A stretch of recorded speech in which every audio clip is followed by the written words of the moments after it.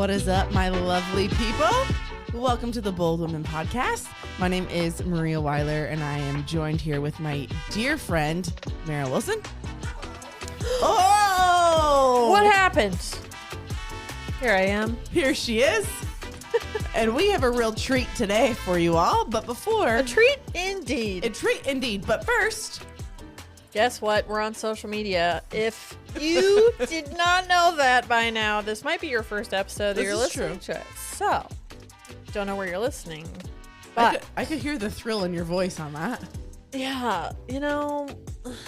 It is what it is. Social media is a beast.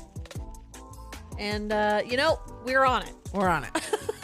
All right, into today's treat. Come find us. We'd rather talk about the topic at hand, which is... Dun, dun, dun, breaking culture for Christ. But today we have one of our sweetest friends here, Dawna. How are you today? I'm good. Thanks for having me. We are so excited for this episode. And Dawna has such a cool story. She's a very unique story. And a lot of our listeners, I think you're going to be able to relate with her. So we just wanted to editing a question as we speak, because I said the wrong word on one of them.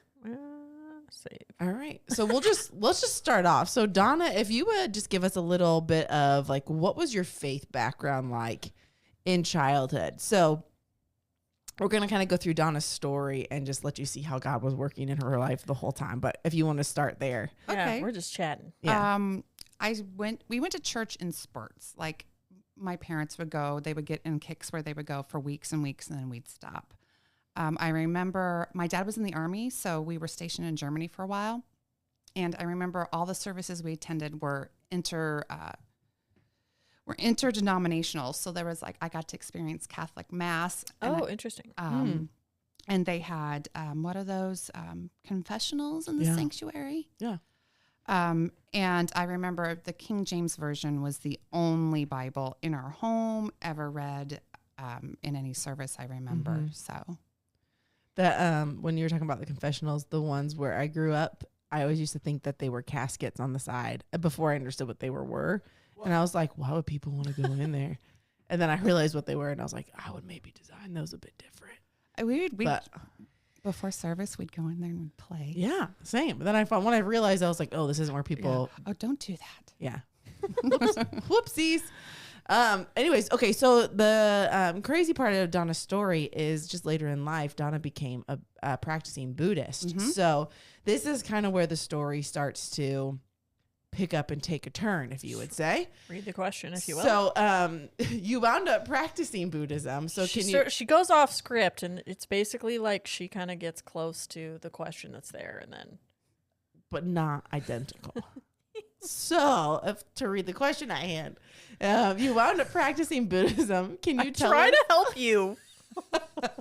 Anyway, can you tell us how you came across it and then decided that was where you wanted to put your faith, or like what was the draw to that? Okay, so when I had decided to turn my back on God, I researched different religions, Wiccan, Hinduism, even the Kabbalah.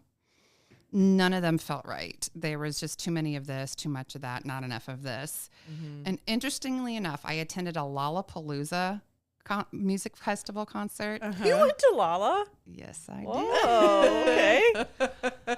Yeah, the jewel in my concert crown is I got to see the Ramones live, you guys. Oh, fun. So it was at that concert, a monk came up to me and gave me a book about Siddhartha.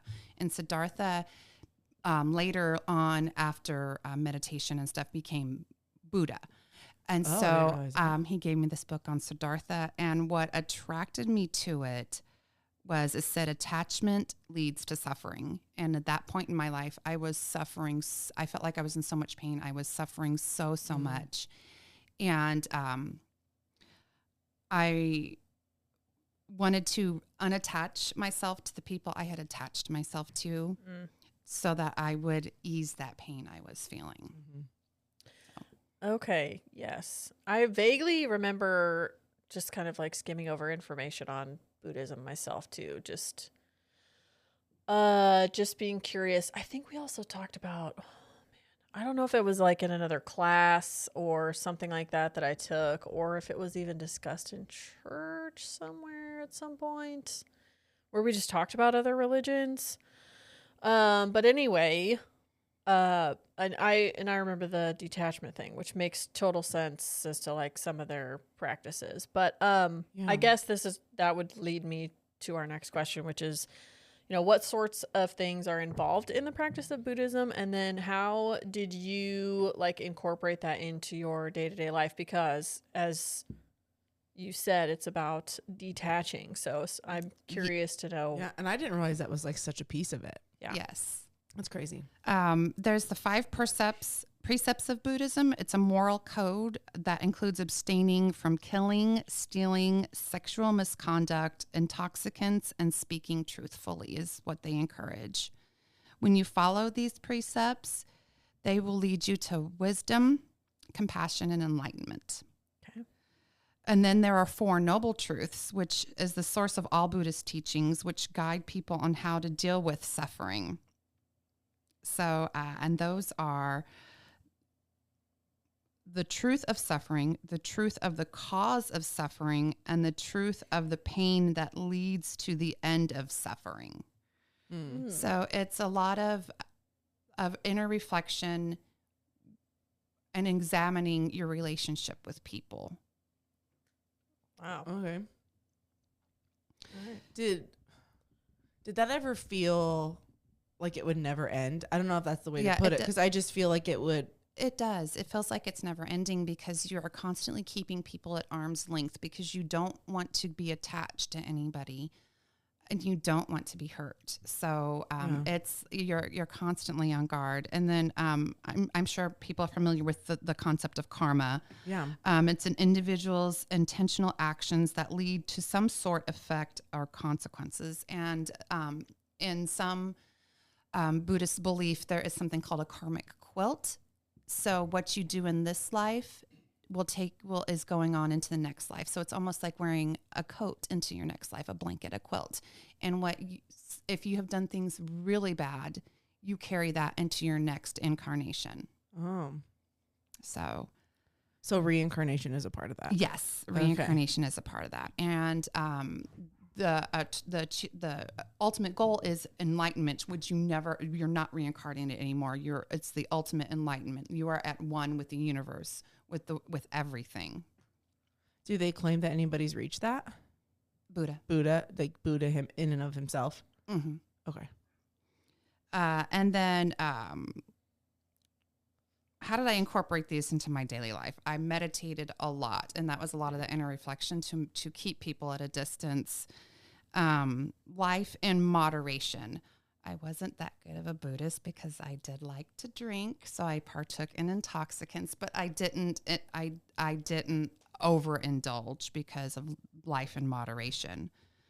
I even had a jade Buddha in the room when I was in labor with my daughter. Did you? Mm-hmm. And the one that I incorporated most into my daily life was the practice of Dawna, which is in virtue of generosity and giving freely. So, just giving of myself to others and I took it to an extreme because I gave so much of myself that my cup was empty and I didn't have, it got to a point where I didn't have any to pour into other people. Mm-hmm. So I guess this is just more of a side question, but it does have to kind of do with it. Cause as you were talking, I was thinking of more how you said like it was a monk that came and handed you the book.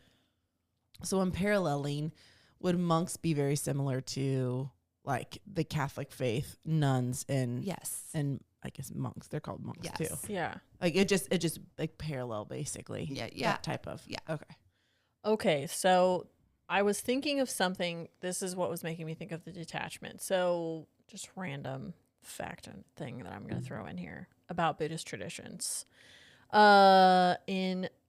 This is particularly in Japan, but there's an extreme thing that a Buddhist monk can do.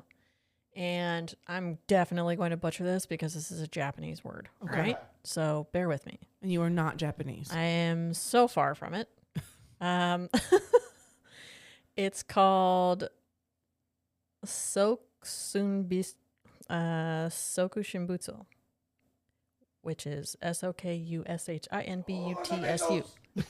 Yeah, Byron's got it. Byron's got it. You probably, if you said it with some gumption, you'd probably just make more sense. Right. But anyway, it involves extreme fasting, meditation, and a strict diet to essentially like mummify yourself. Yes. And while you're still alive. Mummify yourself? While you're still alive, and it leads to death through starvation and dehydration while in a meditative state, and it's considered a way to achieve enlightenment and becoming a living Buddha. Like, Yes. do you come back from the dead on it, or you die that You're way? No, Maria, you Reincarnated. physically die. They believe that they're reincarnated. But so, like, you purposely kill yourself, Yes. Mm-hmm. But it's like really like structured, I guess. like a structured Yeah. death. A very slow and painful one. Yeah. Like, yeah, basically the only food you're allowed to eat, I guess, during that time is like bark, seeds. Yeah, nothing great. And when you think about it, that's like what Siddhartha had when they're in, what was it, I think it was like 4th century. That's what whenever he left his palace, that's what he dined on, is stuff like that. So it kind of be similar to like the Daniel fast. You know? Okay, yeah. That would make sense. I do Okay. see a lot of parallels, like you were saying, Yeah. except it was like just different words. But it's funny because it was what is this? One of them things was like truth speaking. Yeah, or like when you were Yes. I talking was like, about don't lie. I'm thinking of the 10 Commandments Yeah. of you're like saying those things, and I was like, oh, okay. Well, it's like when you were saying too, it's like they lead to wisdom, and I'm like, well, yeah, like Don't kill anything. those things are in Yeah, there for a the reason. 5 precepts. That's it. The moral code that includes abstaining from killing, stealing, sexual misconduct, intoxicants, and Sexual speaking. misconduct. And a lot of Buddhist monks are celibate. Yeah. I think almost all of them are. Yeah. I think that's yeah. I mean, I don't know. I I've don't know. never practiced it. I don't know why Meryl and I are looking at each other Yeah. like Like one we of us know. should know. I'm like, Like we're authorities. That's why you're here, Dawna. Dawna. You have to let us know. Okay, so that's interesting. Interesting stuff. Went Yeah. off on a little side tangent. Sorry. I was No, gonna it was that gonna blows bother my me if I mind. didn't say it. Yeah, and recently I think there was like a statue that was discovered that actually had a mummified person in it, a Buddhist monk in it. It was Yeah. really recent. I want to say it was like the past 3 or 4 months. I would be terrified. Like if I'm just thinking That would like just the be a really practicality bad of way it. to go. I just can't imagine. That would just be incredibly painful. But maybe My thought was like when you were talking about being mummified, I was like, well, how do you use the restroom? But if you're starving, you're not having anything come out anyway. Yeah, everything's going to shut down. Yeah. Yeah. You just slowly shut down. Mm-hmm. Which is Dang. wild. Was there anything to, or what is the claim to enlightenment for people who feel like they have almost reached it? Or like, what is this experience or that it should feel like? Or this, because I feel like so many people feel like they've got to be getting close if it's continuing to grow. It's kind of like that. It's the good works. It's the good deeds. Okay. You know, the better you do, the more good you do, the more positive you put back into the world, the better your karma is. Okay. Interesting. All right. So, what was it that made you decide to make a change for Christ? Wait, why'd you jump all the way down there? I didn't. Oh, well, I guess I can You sure hit this did. one. Well, I was thinking that one fit better there, but we can go with Well, that one. I wanted to hear about, because she has stories, because she's told me this story before. That's why I put that one in there. I tell was just us- feeling like this one fit better. But go on. Read yours. Okay, I want you to tell Onward. us all about your experience with like other churches and how you found yourself at the church that we all go to. Because Dawna goes to our church, and Yeah. lucky Dawna, I was one of the first people to speak to her. Ooh. Yes. But go on, let's talk about it. I went to church with my sister Yeah. that she attended, and she introduced me to a female there, and she just eyed me up and down, and I'm like, okay. And then she kept on looking over her shoulder at me during service to the point that my sister was noticing, because I'm like, do I have like a scarlet letter on my shirt? Can everybody see it? Is it on my forehead? I don't know. What kind of church was it? Do you remember? It was a Southern Baptist. Okay. Okay. All right. Well, I'm looking at Maryl because she grew up Baptist.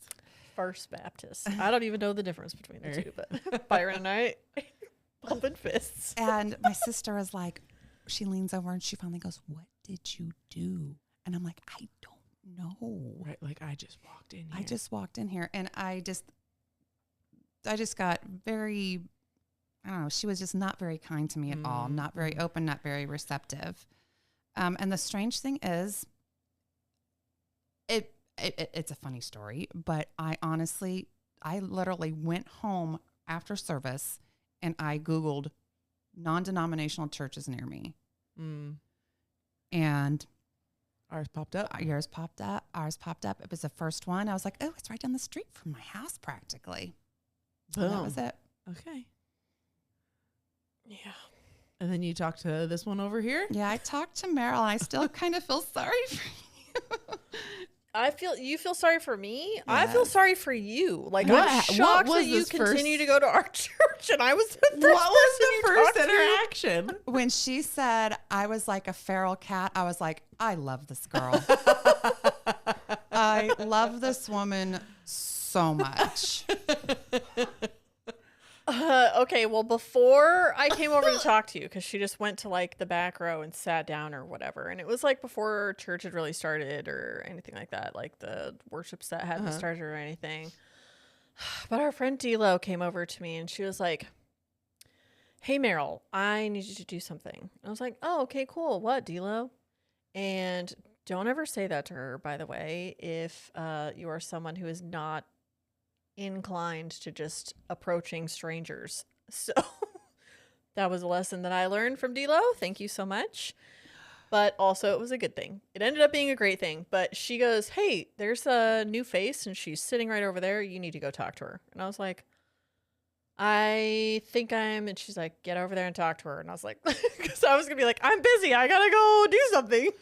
I gotta go. I gotta be over here. I gotta go down the steps. I am not someone that just like approaches new people at church and just like chats with them, because like I just don't know what I'm going to say, which is exactly why I was like, Dawna, I was the feral cat of this church. It was so good. You know what? Honestly, I would have never had any idea that you didn't like to do that, because it was just so comfortable and casual. Good It was to know. so, yeah. It was, yeah. The grace of God. The grace of God. Girls like the Amen. feralness didn't come out. Yeah, but if you're not familiar with why I say that, is when I was starting to come back to church myself, I was not interested in meeting anyone. I was not interested in talking to anyone. I had met some of the people on the leadership team. They passed my "Is this a cult?" quiz that I had going on in my head. And I was like, all right, this seems like okay. I'll just go for a little while and see what's what. And but I was the last one in, first one out. Like as soon as Pastor Troy started doing like his closing prayer, I was out of there. She was Like, I was gone. gone. Bye.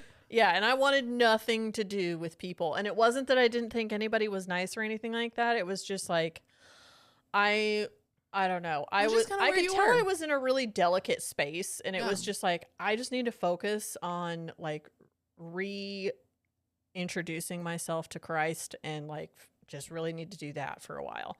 And yeah, so that was in case you didn't know that story before. But then Dawna thought it was great. Which is really funny. Meryl didn't stare Dawna up and down. No. I did not. No. I did not. Okay, so Maria's question was, so what was it that made you decide to make the change for Christ? I guess before you answer that, like, where were you at this point? So say you had like kind of started coming to the church that we all go to now. Mm-hmm. Were you like still kind of hanging on to some of the principles from Buddhism, no. or like what? Okay. No. What made you like shift away from that? Okay. Or am I also skipping no. ahead? Um, Actually, I didn't ask that. Okay. Anyway. It was after my mom passed. I was binge watching Lucifer on Netflix to try to, because I was my mom and I were very, very close, and she passed in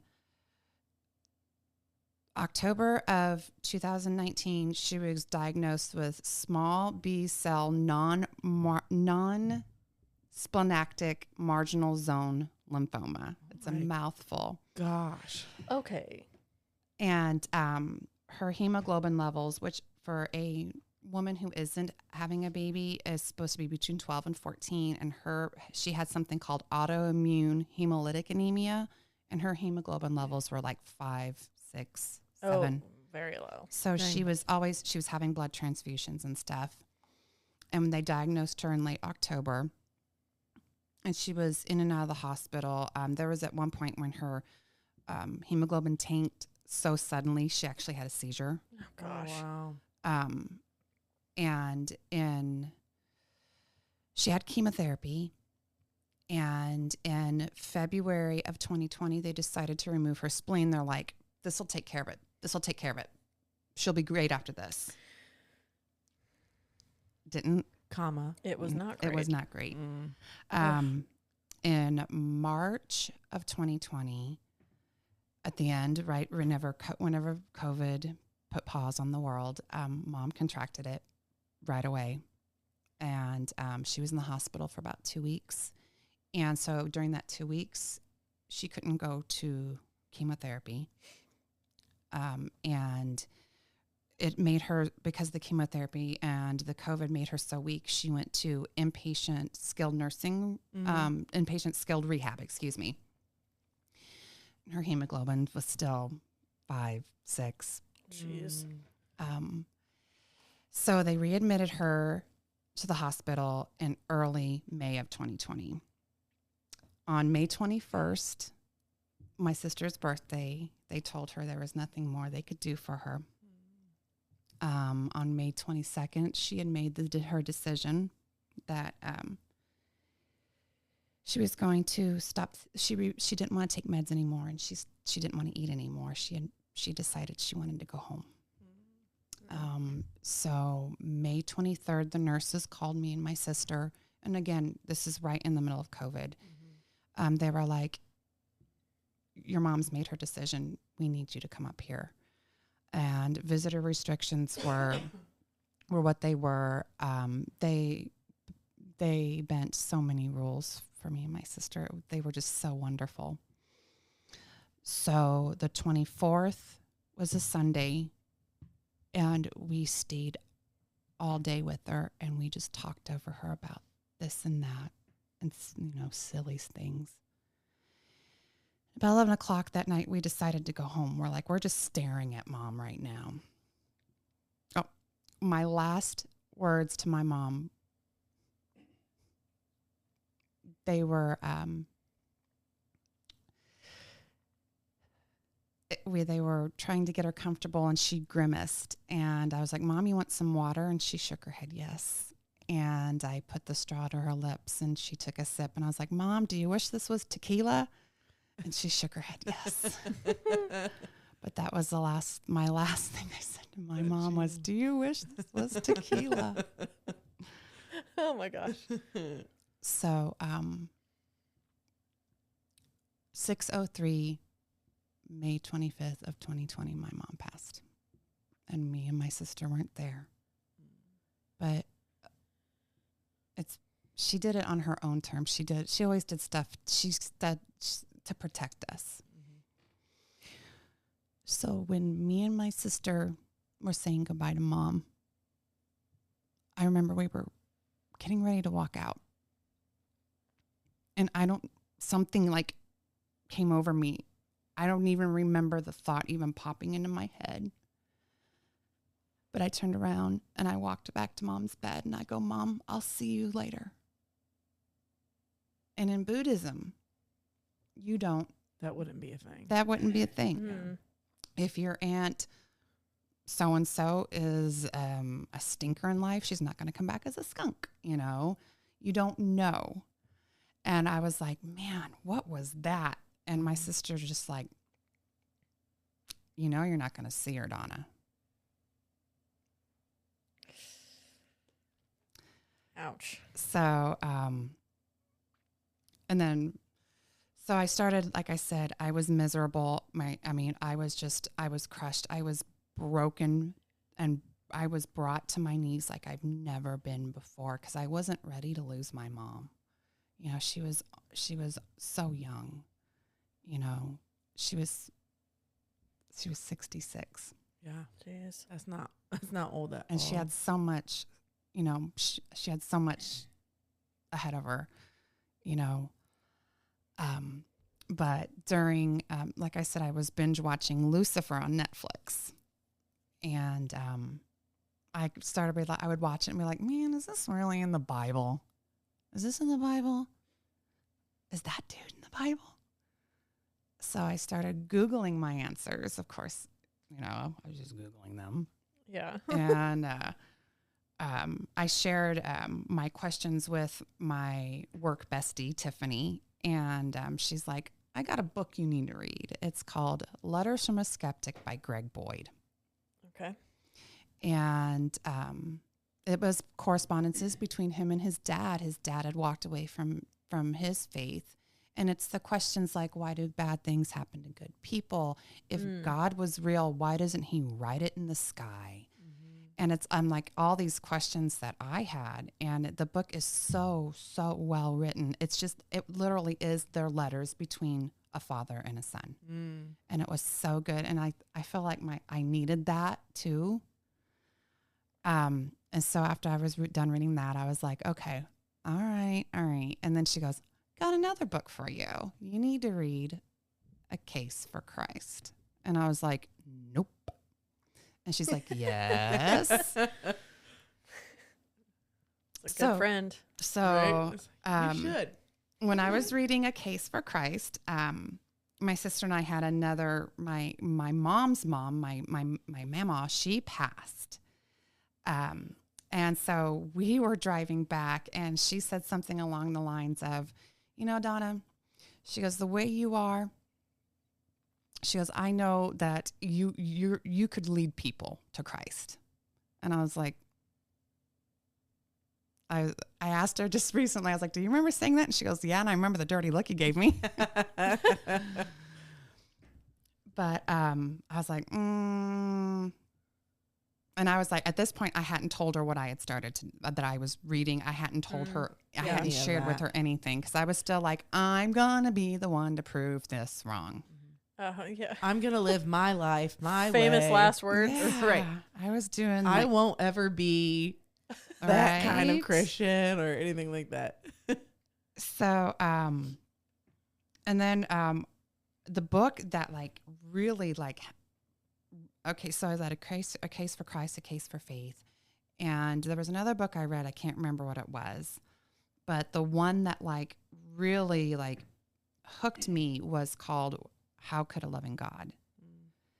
And it was about someone's brother who had frontal lobe dementia, and he it was his journey before he passed from it. And it was talking about how his brother is no longer hurting. There is no more hurt.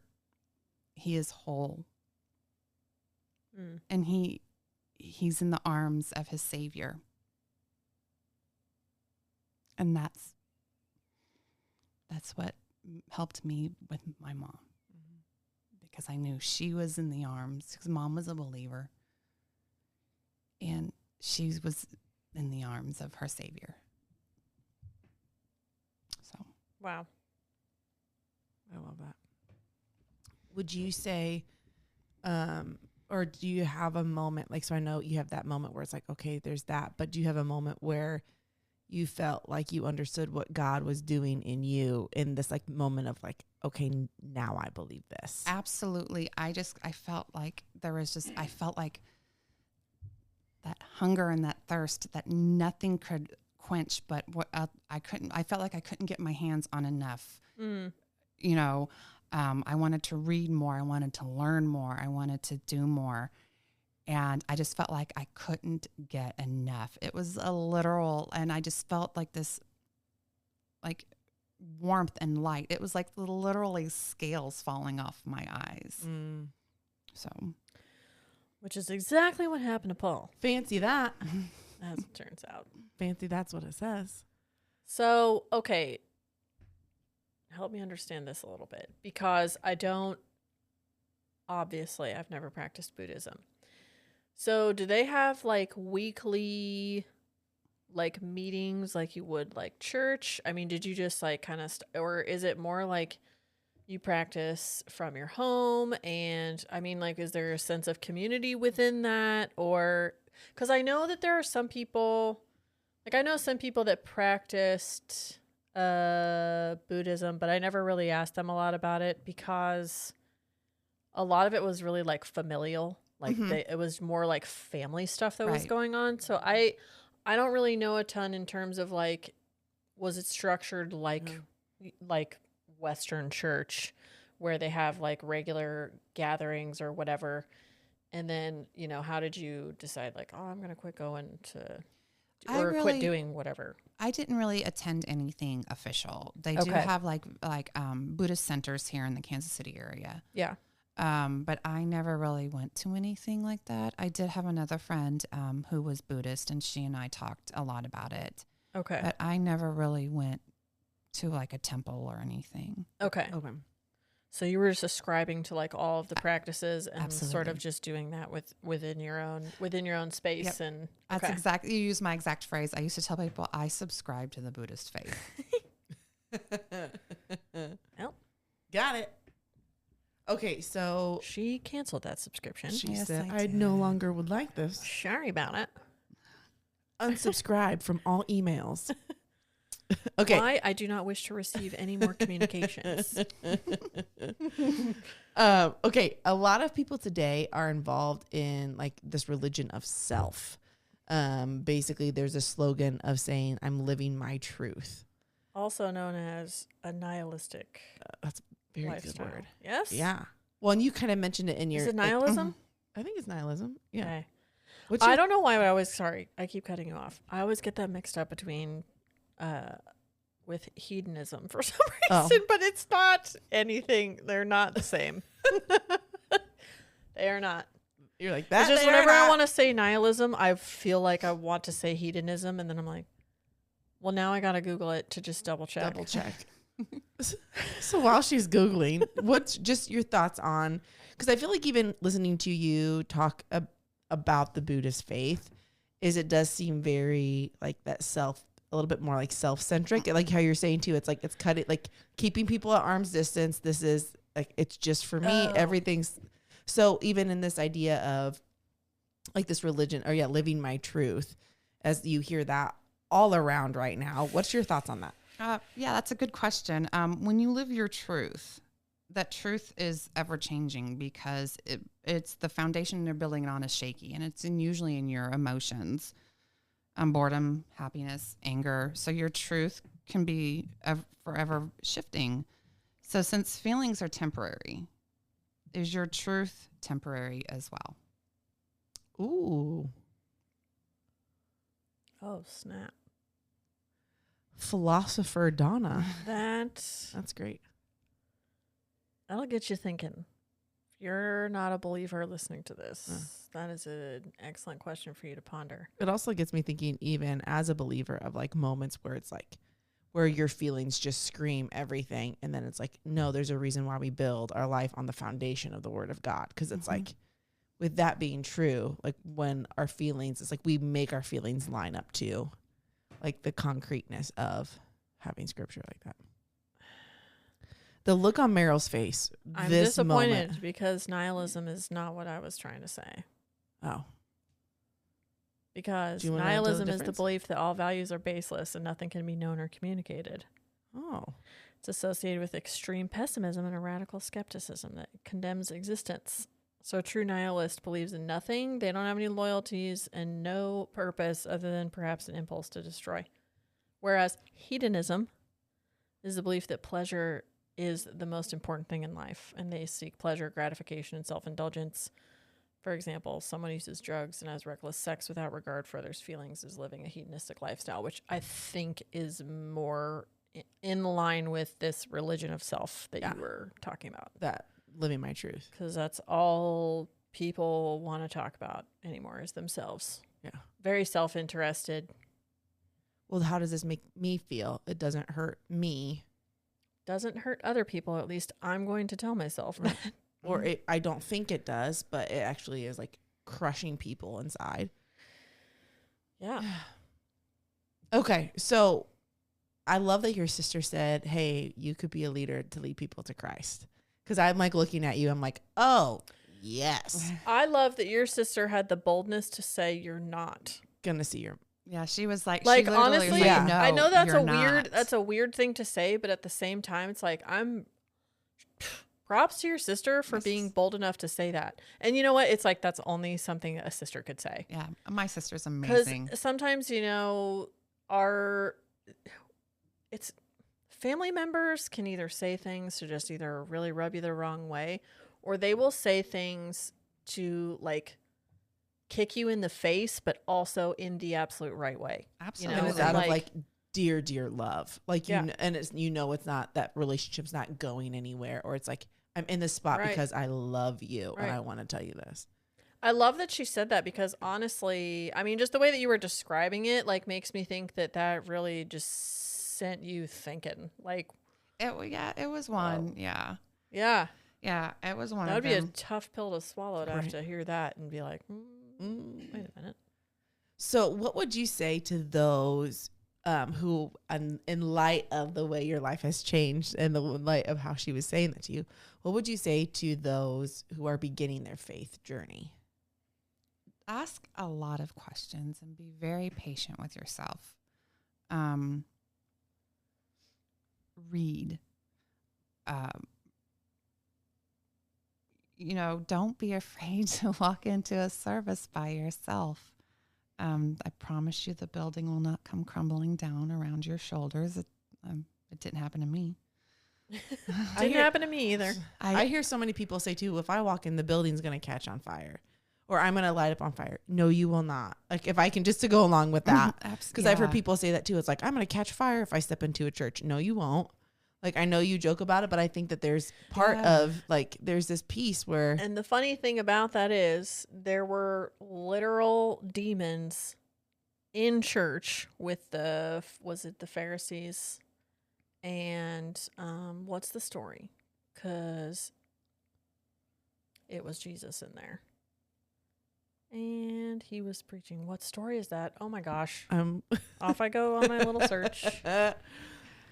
Because there was somebody it was the woman with the bent over. She was like bent over. And he healed her on a Sabbath. On a Sabbath. Are you thinking the issue of blood? Huh? No. No, I was like, That's he was not outside it. walking. No. Okay. Yeah. I know what she's talking about. It's in the Bible or something. It's somewhere. Yeah. See, this is how great I am. No, I'm looking at you. I'm like, sounds familiar, but. Yeah, he addressed her as daughter of Abraham and told her to stand up. After everybody was making, he was teaching making in a light of it. synagogue on the Sabbath when he saw her, and he called her forward and said, "Woman, you're set free from your infirmity." And he put his hands on her, and then she straightened up and praised God. So it praised God, not God's. But the synagogue ruler, they were mad because he was healing on the Sabbath.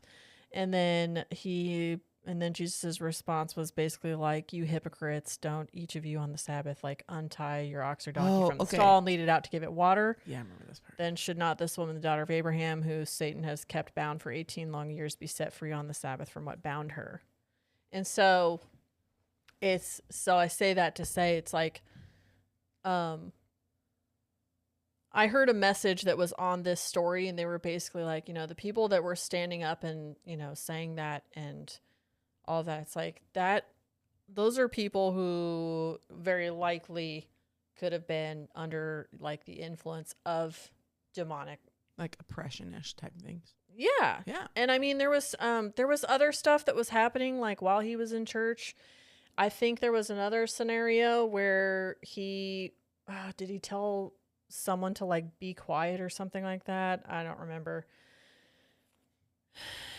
I need to go searching again. Excuse me. I'll be back. You're good. One thing that you said, Dawna, that you said, like, ask a lot of questions, and me to listeners too. And I think Maryl, you and I have said this, and I've had this conversation with multiple people too, but there's an element of like the Christian faith that I love that welcomes questions. And I think if you start to look at if something's healthy or not healthy, unhealthy doesn't want questions asked. That's right. Healthy wants questions asked. Absolutely. And is willing to, even if you have to say, I don't know, but there's a place where questions are welcomed. So if you, in your faith journey, if you're listening and you start asking questions and people start to get like where they don't answer your questions or push you away for asking questions, run. I feel like that's like a good spot of like in helping navigate that, but like go to where you can ask those questions, and any genuine believer is going to be happy to answer those. And their genuine believer is probably going to say sometimes, I don't know. Hey, but let's find out together. Absolutely. Yeah. Absolutely. Okay. So, what would you say to those beginning their journey about potential church hurt that, oh, she found it. All right. Pause the mic. Go ahead. I know. Sorry.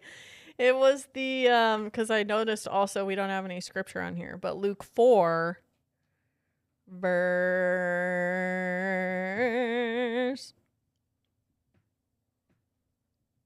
31. He went down to Capernaum, town in Galilee. On the Sabbath, he taught people. They were amazed at his teaching because his words had authority. In the synagogue, there was a man possessed by a demon, an impure spirit. He cries out at the top of his voice, "Go away, what do you want with us, Jesus of Nazareth? Have you come to destroy us? I know who you are, the Holy One of God." And Jesus told him to be quiet. That was, I was mixing the two stories up.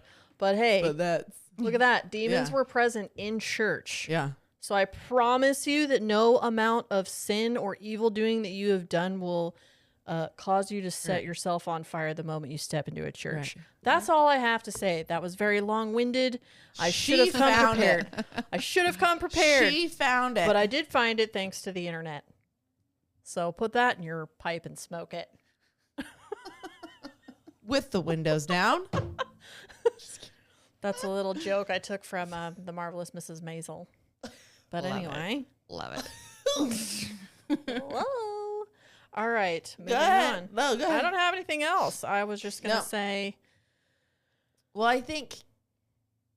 Go ahead. Okay. Well, I'm trying to debate if I want to ask the second to last question or just go straight into the last question. I'm going straight into the last question. So I was going to start with that one, but I feel like this last one might be just kind of a good way we can round out about this bad boy. Okay. Because I think this is something that Maryl and I have so many conversations about, and like we feel very strongly the same way on this. But how would you encourage others to give other Christians grace as you grow? Because sometimes you hear like, I'm a believer, and then you look around and it's like, okay, you gave the club 30 years. You're not going to be changed immediate. Like, no, you won't. And I can attest to that. Although I didn't give the club 30 years, but you know, just like in the club. That's a phrase that I forget what pastor I had heard. And he said, he was kind of basically saying the same thing of like, Christians, you got to be like, you have to give grace to yourself too. And he's like, you have at least got to give Jesus some time. And like, yes, there are those crazy miracles where it's these overnight, like that can happen.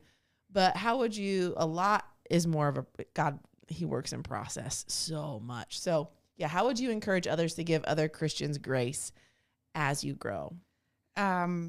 Extending that patience, kindness, and love as you would for your family, because those around you, they are now your adopted family. Mm-hmm. That's good. That's good. I love that. I think also to just tag on to that is like as a new believer, the amount of patience that you probably need to have with people who are just they're just on a different part of their spiritual journey. Mm-hmm. Like, I think that sometimes newer believers are real quick to just write off a church or God altogether just because something that somebody said to them like rubbed them the wrong way. Mm-hmm. You know, and it's like and without taking the time to kind of go, okay, where's that coming from? Like, why is this person saying that to me? Or I haven't, or whether or not, or even like considering, you know, have I thought about that before? Or have I looked at that perspective before? Or why is this making me feel this so strongly? Right. And I think that you have to have a lot of grace on yourself. And I know that's a lot to ask of somebody who's a newer believer, but it's like, as a believer, we are called to extend grace to other people too. And it's like, and even though you are newer, like in your walk, like you're still expected to extend grace to people too, because even more spiritually mature people still get offended by other people. So it doesn't really matter where you're at. It's like people will misunderstand you. You'll misunderstand people. People are going to people. Absolutely. But yeah, I think that's one of just like the saddest things about people who are like new. They've like left some other kind of faith and they're trying, they're like, a lot of times they're just trying Jesus as the last resort. Like, I've tried all these other things, or I've experienced all this other stuff, or I'm coming back to it because I knew a little bit about it when I was younger, kind of thing. And then the first chance that they get, they're like, oh, that's it. I'm going to write it all off altogether. And that's just sad. So I would say just, I mean, as Dawna said, ask a lot of questions and be very patient. Or you hear people to clump like Christianity or a relationship with God into, what's the word I'm looking for? Organized religion. And so they're just like, I'm not going to be religious, and they write it off versus being like, oh, it's so. There's a difference between religion and faith. Very much so. Very much so. Yeah, it's good.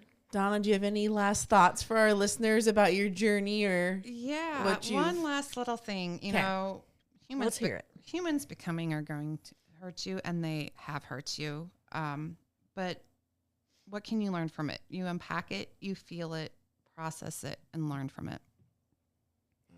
One of my favorite things Dawna says is humans becoming. I know. Well, because I thought she was for a second. No one's ever just being. We're all becoming. But don't hold on to that with white knuckle force, because when you do, your hands cannot be open to receive new blessings. That's actually something you said to me one time, and that has stuck with me for a really long time. I think it was a night that we had our women's group, and we were talking about shame. Mm-hmm. And then you were talking about how you're like, you can't just like white knuckle through this life, like trying to have control over everything. And I was like, oh my gosh. You like looked at your hands and like, they're white. They're clenched. Yeah. It was so good. Lots of wisdom. Thank you so much, Dawna. Thank you, Dawna. Thank you for having me. All right, guys. Well, everyone, take care. Take care. And, have a great rest of your day. Yeah, make some good decisions. And Jesus loves you. See you later. Bye.